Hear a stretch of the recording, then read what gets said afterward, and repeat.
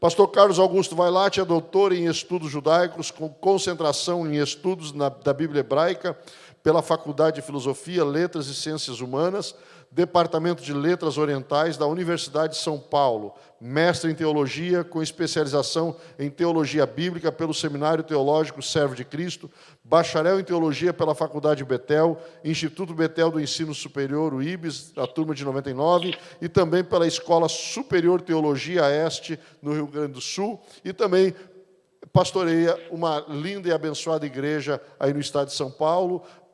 Me perdoe, pastor, não anotamos aqui o nome do ministério, mas o senhor, por gentileza, nos informe também. E o tempo já é seu para o senhor ministrar este tema sobre a doutrina da lei e da graça. O que é a lei e o que é graça? Qual a diferença?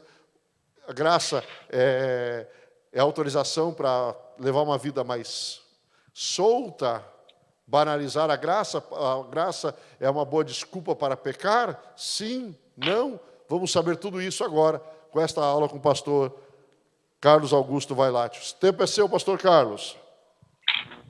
Obrigado, pastor Moisés. A graça e a paz do Senhor para o irmão, para todos os queridos alunos aí do Bom Samaritano, a todos os demais irmãos e irmãs que, por todo este território brasileiro, enfim, talvez até em outros países, porque a internet não conhece fronteiras geográficas, né? Então, quero cumprimentar a todos vocês em nome do Senhor Jesus. A igreja que eu pastoreio aqui em São Paulo, o pastor Moisés e os demais irmãos, ela se chama Igreja Evangélica Jaboque e fica aqui na zona leste de São Paulo, na rua Suzana, número 119, a região ali da Vila Prudente. Bem, sem mais delongas, eu quero ver se nós já entramos direto aqui no tema que nos foi proposto, que é doutrina da lei e da graça. Eu diria que, em termos teológicos, a questão da relação entre a lei e a graça, ou como outros talvez preferem chamar, entre a lei e o evangelho, usando aqui evangelho como sinônimo de graça nesse aspecto, tem uma importância muito grande e, ao menos, uma importância ou relevância tríplice, ou tripartite. Em primeiro lugar, a perspectiva que uma pessoa tem da relação entre a lei e o evangelho, por exemplo, possivelmente terá influência sobre a compreensão que ela tem acerca da doutrina central da justificação. Em outras palavras, no contexto do Antigo Testamento, como que as pessoas eram salvas? Então, esse tipo de relação entre lei e graça e entre Antigo e Novo Testamentos, por conseguinte, nos conduzirá a várias perguntas, a elaboração de várias perguntas, dentre elas, por exemplo, como as pessoas eram salvas. E até o término da nossa fala, nós buscaremos, conforme Deus assim nos permitir, responder a esta e a outras questões também. Então, dentro desta perspectiva, como que as pessoas eram salvas ali no Antigo Testamento? Elas eram salvas pela obediência à lei ou eram, por exemplo, salvas pela graça mediante a fé, como ocorre, por exemplo, no Novo Testamento? Em segundo lugar, a compreensão dessa relação entre lei e graça, ou lei e evangelho, mais uma vez, como muitos irão denominar, ela possivelmente terá impacto decisivo sobre a santificação. Será que a lei ela exerce algum tipo de papel no estilo de vida do cristão contemporâneo? E se ela exerce, que tipo de papel seria esse? Por fim, em terceiro e último lugar, a questão ela tem grande significado para o sistema teológico que o indivíduo ele defenderá ou adotará. Bem, ao estudarmos sobre essa complexa relação entre a lei e a graça, ou, mais uma vez, a lei e o evangelho, surgem algumas questões que merecem a nossa atenção, as quais, inclusive, já brevemente enunciamos. A primeira delas é a seguinte: a obediência à lei mosaica, ela trouxe redenção espiritual a alguém? Mencionamos isso agora há pouco. O fato de alguém obedecer à lei, aos preceitos, a todos os preceitos, daqui a pouco vamos defini-los trabalhá-los, vamos ver mais ou menos quantos eram e assim por diante. Então, será que a obediência à lei mosaica, ela trouxe redenção ou salvação a um indivíduo? Segunda questão, a lei, ela tinha, será que a lei, no contexto veterotestamentário, ela tinha uma natureza tripartite, isto é, moral, civil e cerimonial, como muitos defendem? Será que nós podemos classificar ou categorizar a lei nesses três aspectos, nesses três contextos, como moral, civil e cerimonial? Também buscaremos responder a essa questão ao longo da nossa fala. E terceira, qual era o propósito, a função da lei para os santos do Antigo Testamento e, por que não dizer, do Novo Testamento também? Se a lei salva ou não salva, qual era o propósito da mesma? Também vamos buscar discorrer sobre todos esses pontos. Mas antes de buscarmos responder a essas e outras perguntas, nós vamos buscar primeiramente definir o que nós queremos dizer com a palavra lei. O termo hebraico mais frequentemente usado para lei no Antigo Testamento é a palavra, creio eu que já conhecida de todos vocês, que é a palavra Torá. Essa palavra ela ocorre cerca de 220 vezes no Antigo Testamento e significa basicamente lei, instrução. O termo Torá, ele é aparentemente derivado do verbo hebraico yará, que significa mostrar, indicar, dirigir, ensinar, como observa-se, por exemplo, em Êxodo, no capítulo 24, e versículo 12, e também em 1 Samuel, capítulo 12, versículo 23. Aliás, a palavra para professor em hebraico, isto é, moré, ela é também derivada da mesma raiz, yará, como nós podemos verificar em textos como Isaías, no capítulo 30, versículo 20. Segundo teólogos, estudiosos como Granz, Guretzky e Nordlin, no seu dicionário de teologia, a palavra lei no Antigo Testamento, ela pode significar pelo menos 4 coisas. Pelo menos 4 coisas nós podemos entender a partir da terminologia lei, num contexto veterotestamentário. Em primeiro lugar, Torá pode referir-se, né, ou nesse contexto todo, lei ali no Antigo Testamento, pode referir-se ao Antigo Testamento em geral, também conhecido como Tanar, ou Bíblia Hebraica, ou Velho Testamento, ou Primeiro Testamento, são todas estas expressões sinônimas. Então, a primeira perspectiva dirá que lei pode se referir, no caso do Antigo Testamento, ao Antigo Testamento em geral, apontando para os livros que vão desde Gênesis até Malaquias. Em segundo lugar, lei pode se referir à própria Torá, a Torá propriamente dita, ou seja, o Pentateuco, os 5 primeiros livros da Bíblia, de Gênesis a Deuteronômio. Em terceiro lugar, a palavra lei também pode ser uma designação dos 10 mandamentos ou do decálogo, ou das 10 palavras citados, por exemplo, em Êxodo, no capítulo 20, e em Deuteronômio 5. E em quarto e último lugar, a palavra lei também pode referir-se aos vários códigos de conduta que identificavam ali Israel como povo separado por Deus para que este se relacionasse pactualmente com ele. Aqui nesse nosso breve estudo, nós estamos definindo a palavra lei em termos gerais e amplos como um conjunto oficial de regras que governam o comportamento dos indivíduos em uma determinada sociedade. No caso do Antigo Testamento, evidentemente, esta sociedade era a sociedade israelita. E no que tange ao caso das leis bíblicas, estas, por sua vez, têm a sua origem no supremo legislador divino, que é o nosso Deus. Bem, mas quando nós falamos sobre esses conceitos sobre Torá, sobre lei, é interessante também darmos uma olhada, ainda que breve, sobre as palavras sinônimas para Torá que o Antigo Testamento usa. O Antigo Testamento, ele emprega ao menos 7 palavras que acabam sendo utilizadas como sinônimos da palavra Torá. e eu gostaria de descrevê-las brevemente para os irmãos.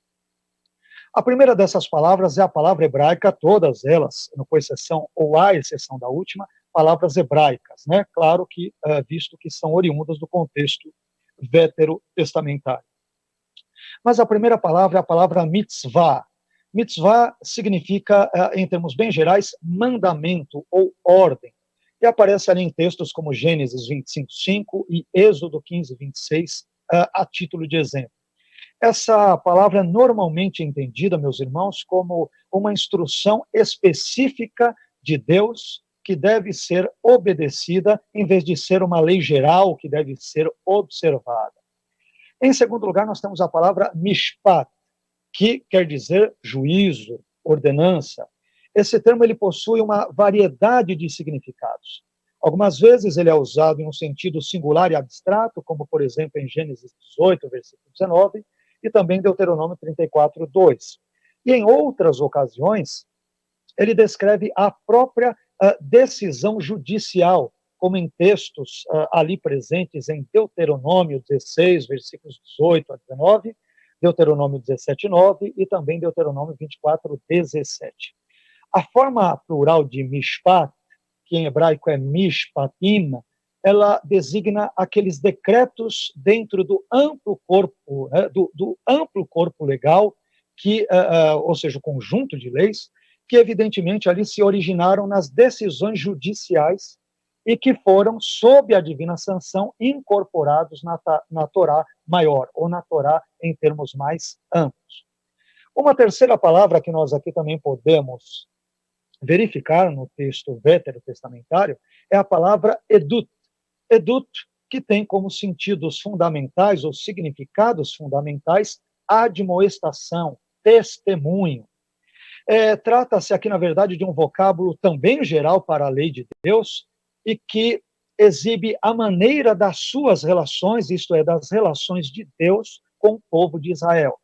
Dessa forma, a arca, por exemplo, é chamada de Arca do Testemunho, em Êxodo 25:22, porque ela continha o testemunho, ou as tábuas da lei, que constituíam, por seu turno, aquela formulação básica da aliança entre Deus e o seu povo, naquele contexto do Antigo Testamento, o povo de Israel.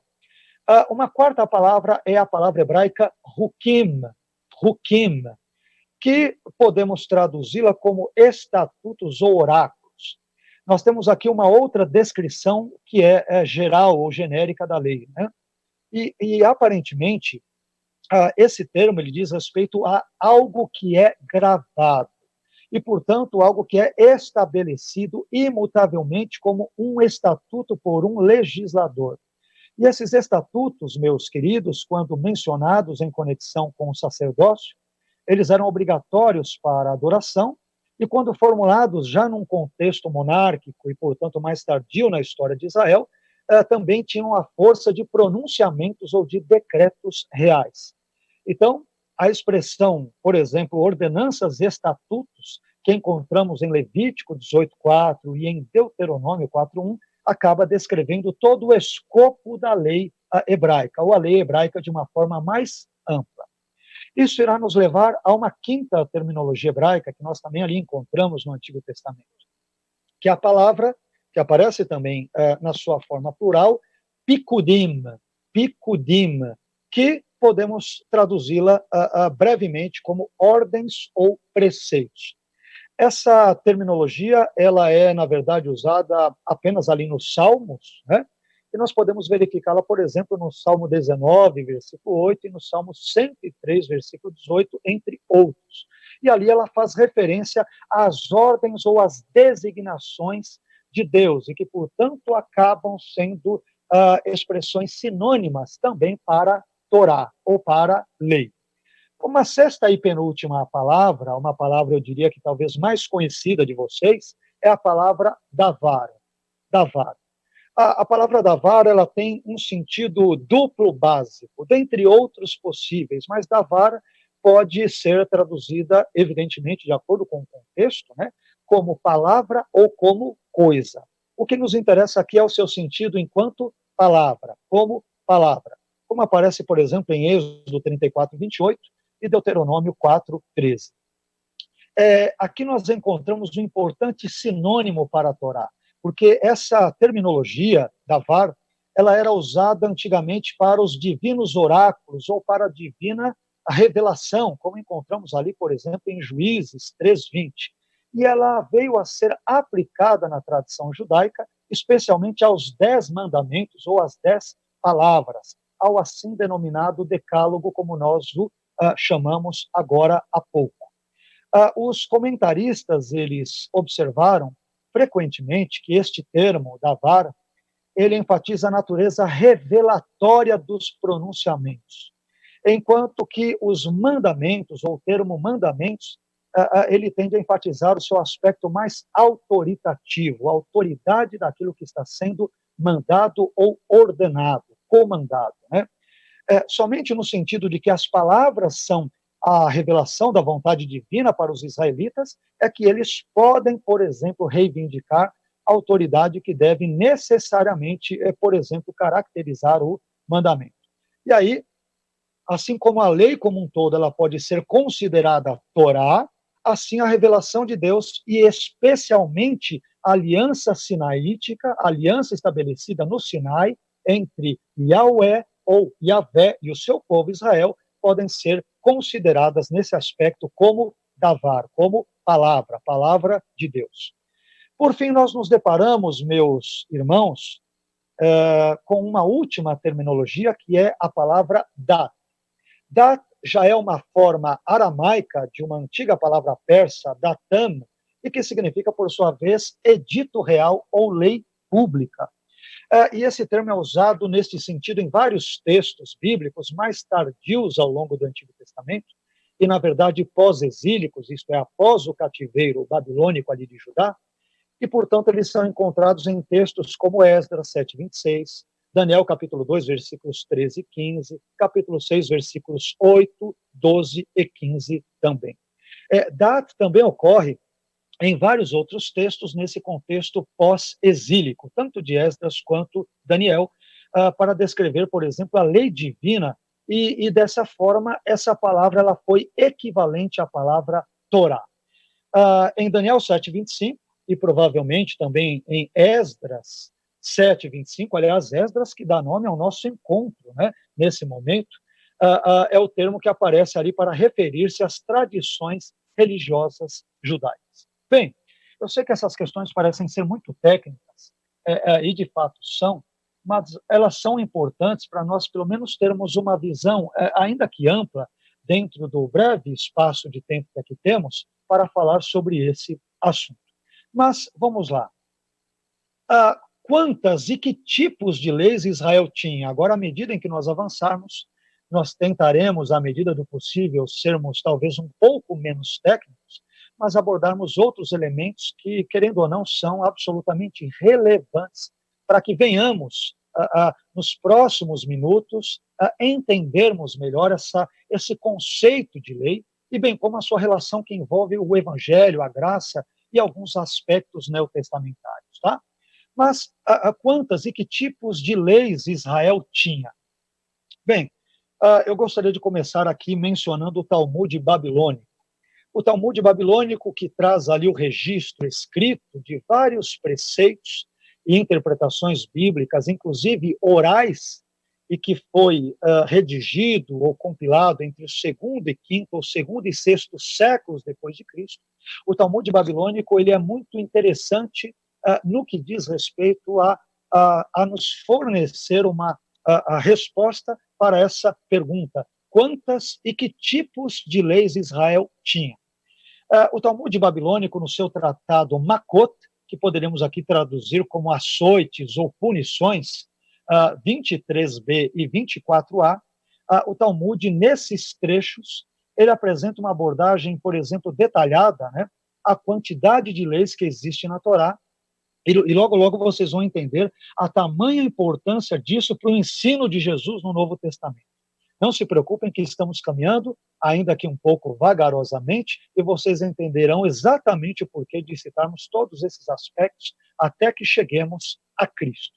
Então, o Talmud babilônico, nesse tratado chamado Makot, ele vai apresentar-nos uma abordagem detalhada no que diz respeito à quantidade de leis que existe na Torá, quantidade esta que, segundo os sábios do Talmud, sofreu alteração ao longo da Bíblia hebraica, segundo eles mesmos, e nós perceberemos isto à medida em que eu citar trechos ou porções do Talmud babilônico, que é essa consolidação escrita de parte da tradição oral judaica, sobretudo da sua interpretação de vários textos bíblicos. Esse tratado Makot, ele lida principalmente com as leis dos tribunais judaicos, chamados ali, o tribunal judaico, chamado em hebraico de Bet Din, casa do juízo ou do julgamento. E trata também das punições que esses tribunais podem administrar. E aí, ele pode ser considerado, esse tratado, como uma continuação do Tratado do Sinédrio, do qual ele originalmente, pelo que nos parece, ele fazia parte. Mas vejamos o que o Talmud babilônico ele fala sobre a quantidade de leis no Antigo Testamento. Abre aspas, eu estou citando agora o Talmud babilônico. Rabi Sinlai, ao ensinar, disse 613 preceitos, 613, olha só, foram comunicados a Moisés. 365 preceitos negativos, correspondentes ao número de dias solares no ano, e 248 preceitos positivos, correspondentes ao número de membros do corpo do homem, segundo o Talmud babilônico. Davi veio e os reduziu, isto é, Davi reduziu os 613 preceitos a 11 princípios. Isaías veio e os reduziu a 6 princípios. Miqueias veio e os reduziu a 3 princípios, como está escrito. Foi-lhe dito ao homem o que é bom e o que o Senhor exige de ti. Apenas pratique a justiça. Segundo, ame a misericórdia. E terceiro, ande humildemente diante do teu Deus. Veio novamente Isaías, diz o Talmud, e os reduziu a 2 princípios. Como é dito, assim diz o Senhor, guardai a justiça, e segundo, praticai o que é justo. Veio Amós e os reduziu a 1 princípio, como foi dito, porque assim diz o Senhor à casa de Israel, buscai-me e vivei. Por fim, Abacuque veio e os baseou, ou seja, os 613 preceitos, em um único princípio, como foi dito, mas os justos viverão por sua fé. Ao longo da nossa aula, nós veremos que Jesus, assim como esses sábios do Talmud, também reduziu 613 preceitos bíblicos presentes no Antigo Testamento a um só e único preceito. Por ora, nós não vamos mencionar qual é esse preceito, embora eu desconfie que vocês já saibam qual seja, mas daqui a pouco nós buscaremos abordá-lo quando chegarmos nesse ponto. Agora, à medida em que nós avançamos, nós primeiro mencionamos aqui quantas e que tipos de leis Israel tinha. Segundo o Talmud, existiam 613 leis, ali no início, conforme o Rabi Sinlai ensina, e depois, lá na frente, Abacuque irá condensar essas 613 leis numa única lei, que envolve o conceito de que o justo viverá pela fé, ou pela fidelidade, que é uma tradução mais correta, porque a palavra hebraica de Abacuque 2,4, emuná, que tem relação com a nossa palavra amém, né? Ela, na verdade, mais corretamente, prioritariamente, significa fidelidade. Isto é, mas o justo viverá pela sua fidelidade. Fidelidade ao quê? Ou a quem? Evidentemente, a Deus, à sua palavra, aos seus preceitos e assim por diante. Mas, depois do Talmud babilônico, nós temos ainda outros elementos que nós gostaríamos de citar. Como que a Confissão de Fé de Westminster, por exemplo, responderia mais ou menos a isso? A Confissão de Fé de Westminster, que é uma confissão de fé reformada, em seu capítulo 19, ela divide a lei veterotestamentária em 3 classes. A primeira delas, a lei moral, né? Ela divide em 3 classes de leis. A lei moral, a lei cerimonial e a lei civil ou judicial. Quanto à lei moral, eu vou ler um trecho da própria Confissão de Fé de Westminster para interpretá-la de uma forma adequada, né? Quanto à lei moral, a Confissão de Fé de Westminster diz o seguinte: ela, abre aspas, foi por Deus entregue no Monte Sinai em 10 mandamentos e escrita em 2 tábuas.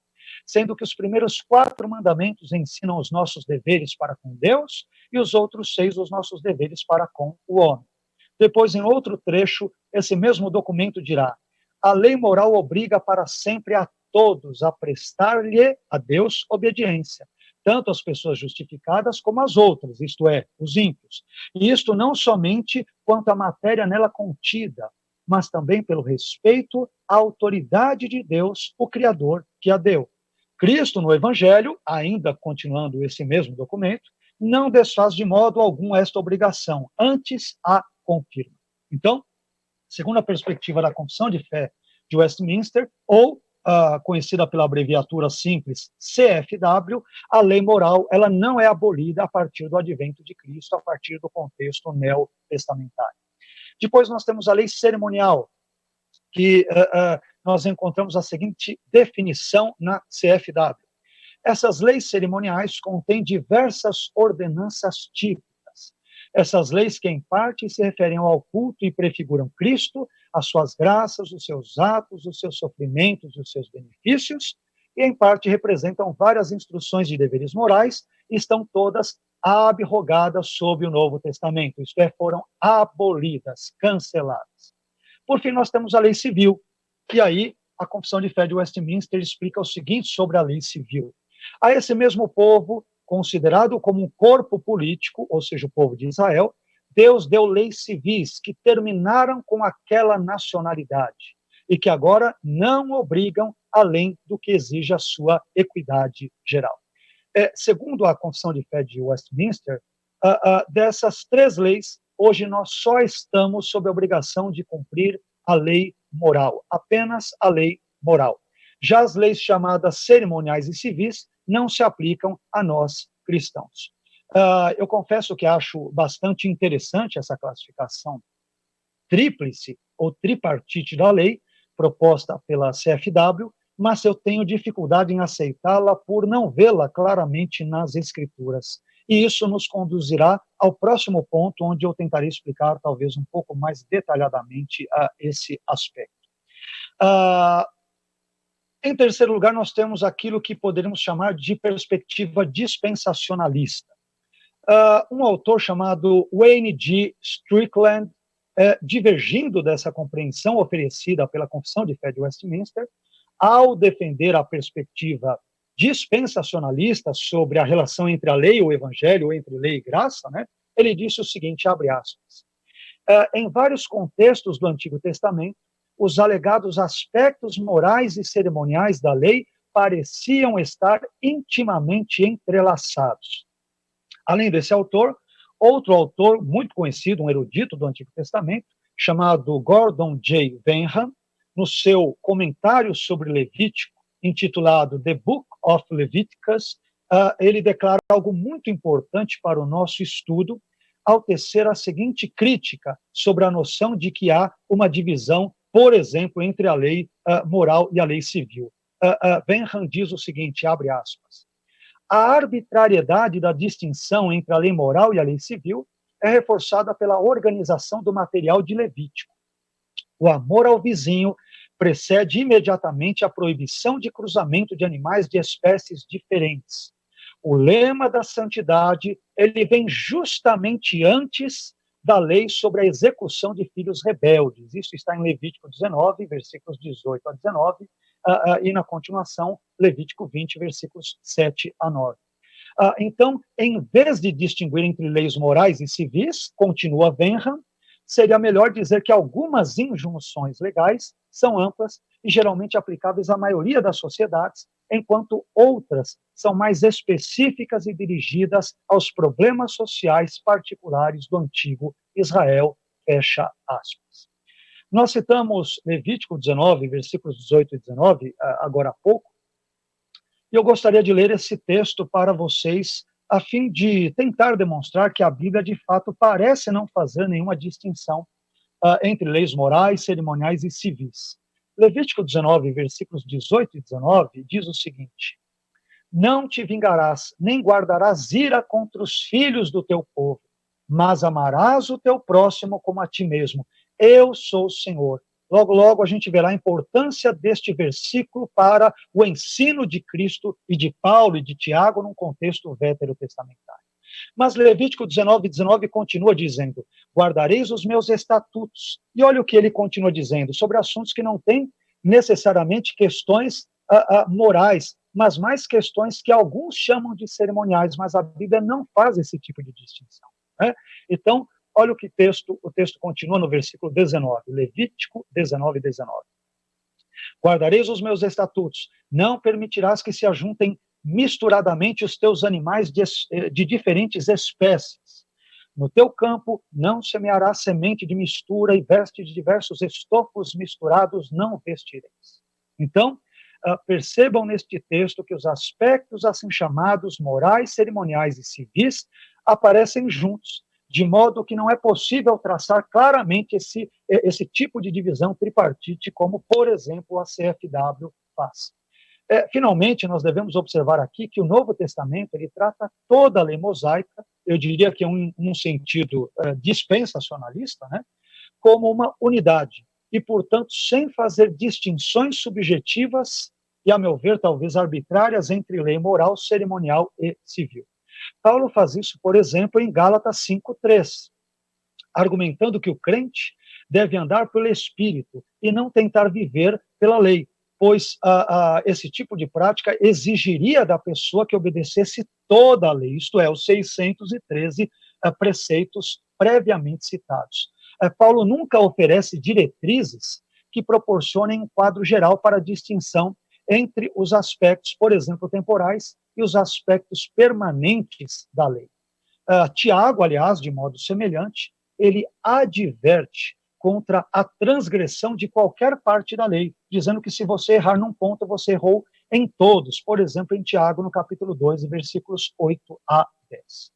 Desse modo, se alguém tenta viver de acordo com a lei, ele tem de viver de acordo com toda a lei. Em vista desses brevíssimos apontamentos aqui que eu fiz, eu diria que eu sou propenso a concordar com a perspectiva dispensacionalista nesse ponto, porque eu entendo que ela se ajuste melhor aos dados escriturísticos do que, por exemplo, a outra perspectiva alternativa brevemente também citada da CFW. Bem, mas diante desses aspectos, informações todas, e vocês estão sendo bombardeados de informações, não apenas por mim, mas certamente por aqueles que já me precederem, por aqueles que virão após mim também, uma pergunta importante: qual era o propósito da lei mosaica? Eu diria que, em linhas gerais, a lei mosaica ela possuía 4 propósitos principais. O primeiro deles, demonstrar a benevolência de Deus para com Israel. Deus, ao escolher Israel como seu povo peculiar e exclusivo, com o qual ele desejaria se relacionar, ele graciosamente, então perceba que há graça até mesmo na lei, concede-lhes a lei, a fim de que Israel fosse abençoado pelo próprio Yahweh, ou Yahvé, que os escolhera para andarem com ele. Um segundo propósito, eu entendo que era prescrever para Israel formas adequadas de aproximação a Deus. Como que os israelitas deveriam se aproximar de Deus. E aí que entra o tabernáculo, os sacrifícios de animais e todos os demais preceitos, que, a meu ver, mais uma vez, o Antigo Testamento não separa claramente entre lei, moral, cerimonial e civil. É tudo a lei do Antigo Testamento, tá? Um terceiro propósito, eu também diria que é prescrever o modus operandi, isto é, a maneira de operacionalizar a adoração, o que eu já deixei subentendido no segundo item, o item previamente mencionado. Então, como eles deveriam adorar a Deus? Bem, Deus, por meio das suas várias estipulações legais, ensina a Israel sobre como eles deveriam fazê-lo. E, em quarto e último lugar, a lei mosaica também buscava fornecer um conjunto de regras para que os israelitas vivessem de forma adequada em meio à sociedade. Em outras palavras, a função primária da lei era servir como uma diretriz pessoal e nacional para o viver ético, moral, social e espiritual do povo de Israel, sob os cuidados do Deus da aliança. Ora, diante disso tudo, outra pergunta, talvez nesse momento seja importante responder, visto que eu, inclusive, já prometi que a responderia no início da nossa fala, e agora a promessa é dívida, né? Como se dava a salvação no Antigo Testamento? Existem pelo menos duas maneiras básicas, talvez entre outras submaneiras, mas eu quero mencionar essas duas básicas a fim de responder a essa pergunta. A primeira é fornecida pela teologia do pacto, que diz que no Antigo Testamento os crentes eram salvos pela fé no Messias que viria, e que no Novo Testamento os crentes também são salvos, desta vez pela fé no Messias que veio. Antigo Testamento, fé no Messias que viria, Novo Testamento, fé no Messias que veio. É a perspectiva da assim denominada teologia do pacto. A segunda interpretação é fornecida pelo dispensacionalismo, ou por outras leituras semelhantes, eu diria que não pactuais desse assunto. O dispensacionalismo ele vai afirmar que no Antigo Testamento os crentes eles eram salvos pela fé em Yahweh, em Yahvé, no Deus de Israel. E que no Novo Testamento sim, os crentes passam a ser salvos pela fé em Jesus Cristo. Bem, novamente eu entendo que tanto no Antigo quanto no Novo Testamento a salvação se dava pela graça mediante a fé. O que muda, a meu ver, de um testamento para o outro é apenas o conteúdo dessa fé. Sendo assim, eu concordo com a perspectiva dispensacionalista nesse quesito, e, por conseguinte, eu compreendo que no Antigo Testamento os crentes eram salvos pela fé em Yahweh, em Yahvé, em Deus, e que no Novo Testamento eles eram salvos pela fé em Jesus. Eu defendo essa perspectiva por entender que é impossível presumir que o conceito de Messias estivesse sempre presente e desde sempre ao longo das páginas do Antigo Testamento. Na minha perspectiva, o conceito de Messias ele só aparece mais tardiamente na história de Israel. E, portanto, não se pode provar, especialmente a partir do uso do método de exegese histórico-gramatical e a partir de uma abordagem diacrônica do texto bíblico, por conseguinte, que a ideia de Messias estivesse sempre presente, sempre clara nas páginas do Antigo Testamento. Isso irá nos conduzir para momentos derradeiros na nossa fala, onde eu quero tentar trabalhar a seguinte questão. Ora, diante de todas essas informações até então passadas, como que o cristão deve se relacionar com a lei? Até aqui nós tentamos argumentar em direção à ideia de que o propósito regulador designado pela lei como regra de vida para Israel, ele foi claramente um acordo temporário e, portanto, não obrigatório para o crente da era da igreja, não obrigatório nem a mim, nem a você. Mas, diante disso, você talvez pergunte, mas isso não deixa os crentes do Novo Testamento sem uma regra de vida obrigatória? Nós respondemos a essa questão com um retumbante não. Eu creio que você deva se lembrar de que, momentos atrás, um pouco depois do início da minha fala, eu disse que Jesus, assim como os sábios do Talmud, ele reduziu os 613 preceitos bíblicos a um só preceito. Eu creio que vocês devam se lembrar disso, né? Falei sobre isso minutos atrás. Pois bem, chegou o momento de nós aprofundarmos um pouquinho esse assunto. No Novo Testamento, Paulo ele fala sobre a lei de Cristo, em textos como, por exemplo, 1 aos Coríntios, capítulo 9, versículo 21, e Gálatas, capítulo 6, e versículo 2. Ora, mas, afinal, o que Paulo quis dizer exatamente com a expressão lei de Cristo? Paulo, ele conclamou os Gálatas a se amarem uns aos outros, como cumprimento das exigências da lei, explicando que toda a lei é cumprida por meio do mandamento de amarmos o nosso próximo. E ele afirma isso em Gálatas 5,14, que diz o seguinte, abre aspas, porque toda a lei se cumpre numa só palavra, nesta, amarás o teu próximo como a ti mesmo. Mais tarde, em Gálatas 6:2, na continuação do seu pensamento, no contexto imediato dessa passagem, Paulo chamará essa lei de Cristo. E por que Paulo chamará o amor de lei de Cristo? Porque o próprio Jesus, retomando a minha fala minutos atrás, o próprio Jesus, à semelhança dos sábios do Talmud, ele reduziu, ele sintetizou todos os 613 preceitos da lei em apenas um único preceito, o preceito do amor, que se encontra, por exemplo, ali em Mateus 22, versículos 37 a 40. Eu gostaria de ler esse texto, mas a partir do versículo 34, para deixar o seu contexto mais claro diante dos irmãos. Mateus 22, versículos 34 a 40, diz o seguinte, preste atenção, sobretudo nos versículos 37 a 40, mas começando pelo versículo 34. E os fariseus, ouvindo que ele, isto é, Jesus, fizera emudecer os saduceus, reuniram-se no mesmo lugar. E um deles, doutor da lei, interrogou-o, isto é, interrogou a Jesus, para o experimentar, tentou colocar Jesus numa saia justa, dizendo o seguinte, versículo 36. Mestre, qual é o grande mandamento da lei?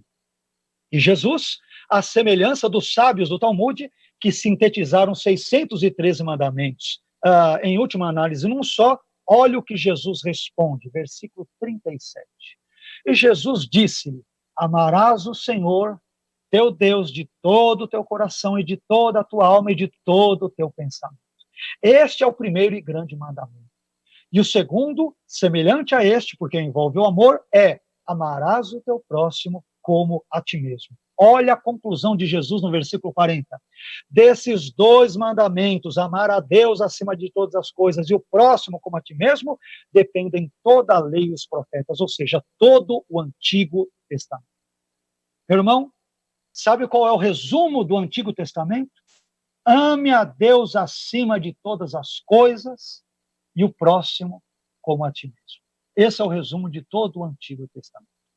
É por isso que em João 13:35, estou quase caminhando para os momentos finais na minha fala, é justamente por isso que em João 13:35, preste bem atenção no que eu vou dizer, Jesus disse o seguinte aos seus discípulos, nisto todos conhecerão que sois meus discípulos, se vos amardes uns aos outros.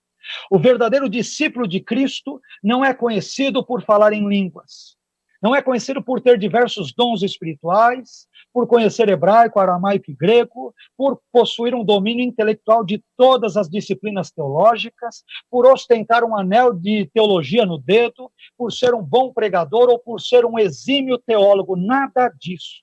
O verdadeiro discípulo de Cristo é conhecido pelo amor. O verdadeiro discípulo de Cristo é aquele marido que ama a sua esposa. É aquela esposa que ama o seu marido. O pai ou são os pais que amam seus filhos, são os filhos que amam e respeitam seus pais. Enfim, é o indivíduo que ama a Deus e ao próximo como a ele mesmo. E tudo isso, meus irmãos, só pode ocorrer por um ato da graça divina. Em 1 João 4,19, João disse que nós o amamos, isto é, amamos a Deus, porque ele, Deus, nos amou primeiro. Se Deus não tivesse caminhado primeiro em minha direção e não tivesse me amado, eu não teria condições de ter tomado a iniciativa para amá-lo. E tudo isso é fruto da graça. E é sobre a graça que eu quero trazer aqui as minhas últimas palavras e as minhas considerações finais. A palavra graça, meus irmãos, ela vem dos termos hebraicos ren, que quer dizer graça, favor, e hesed, bondade, amabilidade. E também ela é proveniente do grego charis, que poderemos traduzir grosso modo como graça, bondade ou boa vontade. Em termos gerais, graça é o nome dado ao favor especial e merecido de Deus que ele dispensa às suas criaturas, eu diria miseráveis criaturas como eu e você. Na minha opinião, foi o historiador, o ensaísta, o filósofo escocês Thomas Carlyle quem apresentou a mais bela definição de graça que talvez já tenha chegado até o nosso conhecimento.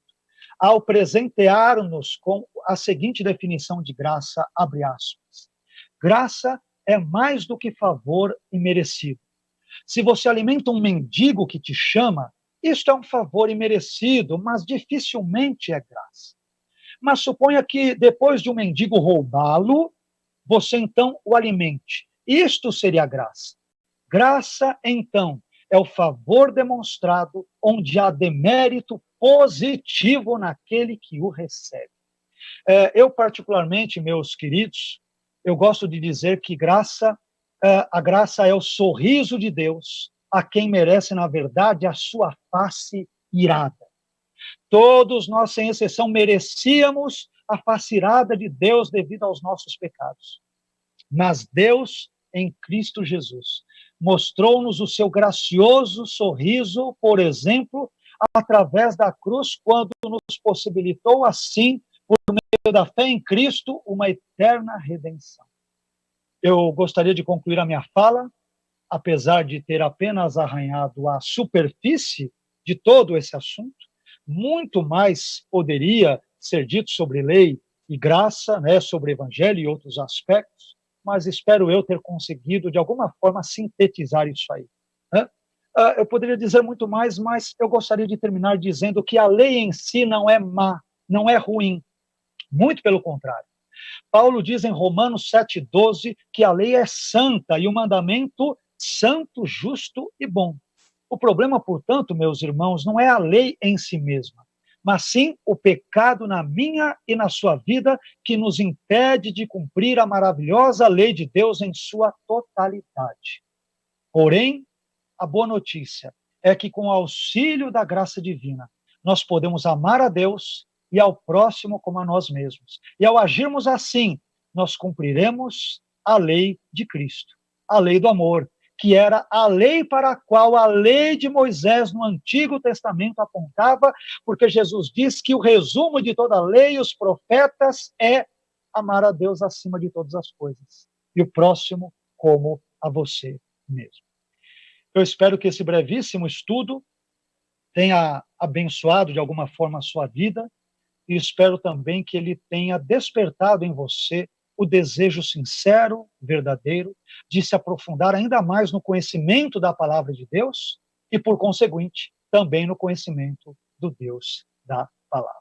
Que Deus te abençoe e até uma próxima oportunidade, conforme Ele graciosamente assim nos permitir. Um abraço a todos vocês.